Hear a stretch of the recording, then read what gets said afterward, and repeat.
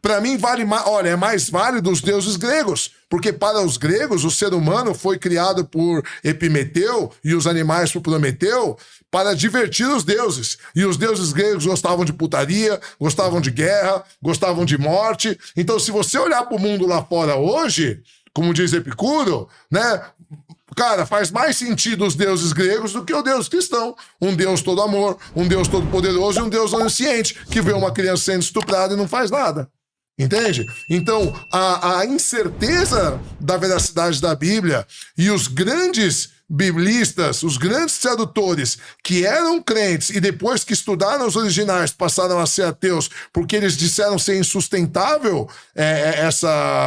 essas traduções, você pode ter alterado o que for, são coisas que me levaram a descrer, entende? Então não foi fruto de uma mágoa. A gente fala assim, o que aconteceu na sua vida que você tem raiva? Eu não tenho zero raiva de Deus, tanto que eu incentivo as pessoas que precisam de Deus continuar, mas os meus estudos, as minhas deliberações lógicas me levaram de que é ilógico crer num Deus onde a gente não tem certeza se a Bíblia é o que é, né? A gente não tem certeza do que ele quer, porque a gente vê sofrimento e desgraça o tempo inteiro, e eu não consigo enxergar um Deus de amor que espera uma criança ser estuprada para lá na frente condenar um estuprador se ele poderia ter evitado, entende? Então essas são coisas que me levaram a descrer. Bom, é o seguinte... Na mitologia grega, existem várias teogonias. Muda a genealogia dos deuses gregos, Sim. Muda várias lendas. Então, Ovídio fala uma coisa, Hesíodo fala outra. Homero fala outra. Exatamente. Agora, no que tange aos evangelhos, alguns ateus vão falar, tem não sei quantas mil contradições. Eles não conseguem apontar onde estão essas contradições. Não sou eu que falo, tá? Eu tô apontando o livro escrito por Abraham. Inclusive, ele é considerado hoje o maior biblista do novo... Eu vou ver o nome dele aqui certinho.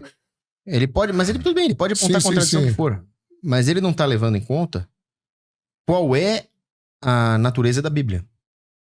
Então não adianta você querer apontar contradição num texto se você não faz um estudo filológico desse texto. Então, eu poderia, por exemplo, pegar o Kant e apontar várias contradições do Kant. E pode até ser, e até tem. Agora, o que eu não posso é apontar contradições no texto do Kant Bart de Ehrman. Sem levar em conta as premissas filosóficas do Kant. Então, eu não posso pegar a Crítica da Razão Pura e ler com uma chave aristotélica. Depois eu pego a Crítica da Razão Prática e leio com uma chave nietzschiana e falo, tem contradição. Não, usei duas chaves de interpretação diferentes. Sim. Então, para eu apontar se existe uma contradição ou não numa obra, eu preciso ter a correta chave de interpretação. E na Bíblia diz que a livre interpretação das Escrituras é vetada. Somente o magistério da Igreja Católica pode interpretar a Bíblia. Por quê? Porque a Bíblia é um produto do magistério da Igreja. Nós temos os 3 fundamentos da verdade cristã, são a tradição, o magistério e as Escrituras. A tradição foi a vida de Jesus em meio aos apóstolos. Eles testemunharam, eles morreram pela verdade cristã. O único dos apóstolos que não morreu de morte matada foi João Evangelista, que morreu de velhice na ilha de Átmos. Todo mundo deu a vida pela verdade que eles viram, e os historiadores não cristãos, Plínio, Joséfo, todos eles atestam que houve ali um fenômeno de um homem que ressuscitou e que fez com que as pessoas o seguissem. É a personalidade mais estudada da história. Muito mais estudada do que Júlio César, Alexandre o Grande, etc. Então, existe essa verdade histórica. E existem textos sobre essa verdade histórica. E esses textos, eles foram compilados e considerados canônicos pelo magistério que surge a partir da tradição. Então, os apóstolos construíram essa tradição da vida apostólica. Aí constituiu-se o magistério da igreja porque Jesus nomeou os apóstolos como bispos. Deixando claro que quem construiu a teologia da congregação cristã foi Paulo, não foi Jesus, né? Não, foi Jesus. Paulo deu continuidade. Ele constrói a teologia, ele que estrutura a teologia do cristianismo. Jesus era judeu. Em hora nenhuma ele falou, tanto que ele falou, eu vim para cumprir a lei, não vim para... Mas aí que tá, o termo judeu é um termo equívoco. Porque ele pode significar alguém da Judéia, ele pode significar alguém que segue o judaísmo hoje, um talmudista, ele pode significar qualquer coisa. O fato é que... Ele era judeu. Jesus é o fundador da Igreja Católica, pelo amor de Deus. Não. Quem constrói a teologia da congregação cristã é o apóstolo Paulo. Tanto que Tanto que em Atos dos Apóstolos, né, quando Jesus morre, cada congregação começa a fazer uma coisa diferente. E aí começa a ter uma briga dos circuncisos e o outro de carnes sacrificadas a ídolos e tal. E aí o apóstolo Paulo reúne ainda os apóstolos que estavam vivos, né? Eu acho que é Atos 19, se não me engano.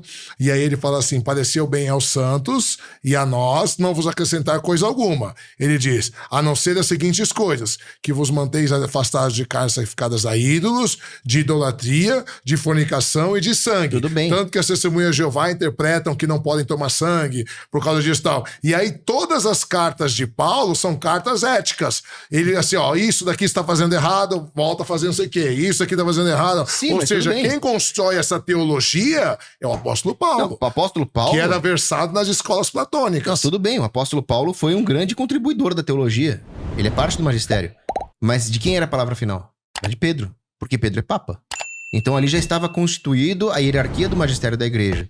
Você tinha Pedro, mas Pedro papa, é iletrado, né? Tinha tudo, mas não tem problema ser letrado. Sim, mas... O ponto é que ele é o primeiro papa porque quando ele quando ele fala tu és o filho de Deus, e Jesus fala tu não afirmarias isso se não fosse em virtude do Espírito Santo, né?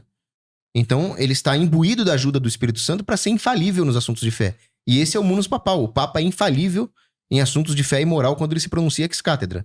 Então Pedro pode ser o analfabeto que for. Ele está auxiliado diretamente pelo Espírito Santo para cumprir a sua missão de Papa. E por mais que Paulo fosse altamente letrado nas filosofias clássicas, ele ainda assim estava submetido ao Papa, a hierarquia do magistério da igreja. Mas esse teu argumento é falho, porque Pio XII ele foi aliado de Hitler no nazismo. De jeito maneira. Tanto que a Igreja Católica, há pouco tempo atrás, pediu desculpa por uma série de coisas. Não, então, se o Papa era infalível... Isso foi uma invenção da inteligência inteligência comunista. Se o Papa era infalível... moderna. Não, desculpa. Não. Tem um livro do Ian Pacepa. Isso é uma verdade histórica. Tem um livro do Ian Pacepa falando que essa difamação contra o Papa Pio XII foi construída pelos comunistas. Se o Papa fosse infalível, a igreja não pediria desculpas. Mas a igreja, por uma série de coisas que aconteceram. Não, mas quem pediu desculpa foi esses modernosos aí. Mas é Papa? Não, então, não é. Como não é? Não, só você é devacantista. Bom. Mas é interessante o ponto do chileno, porque realmente se a igreja pedisse desculpas, ia contrariar a infalibilidade. Mas eu acho que é interessante o ponto que você falou que, na verdade, foi meio que uma conspiração dizer que esse Pio XII aí era... Tem um agente da inteligência comunista da Romênia comunista chamado Ian Pacepa, o cara era da Securitate lá, e ele se arrependeu depois de ter participado dessa conspiração e escreveu um livro dizendo que os comunistas inventaram uma difamação contra Pio XII de que ele teria colaborado com os nazis.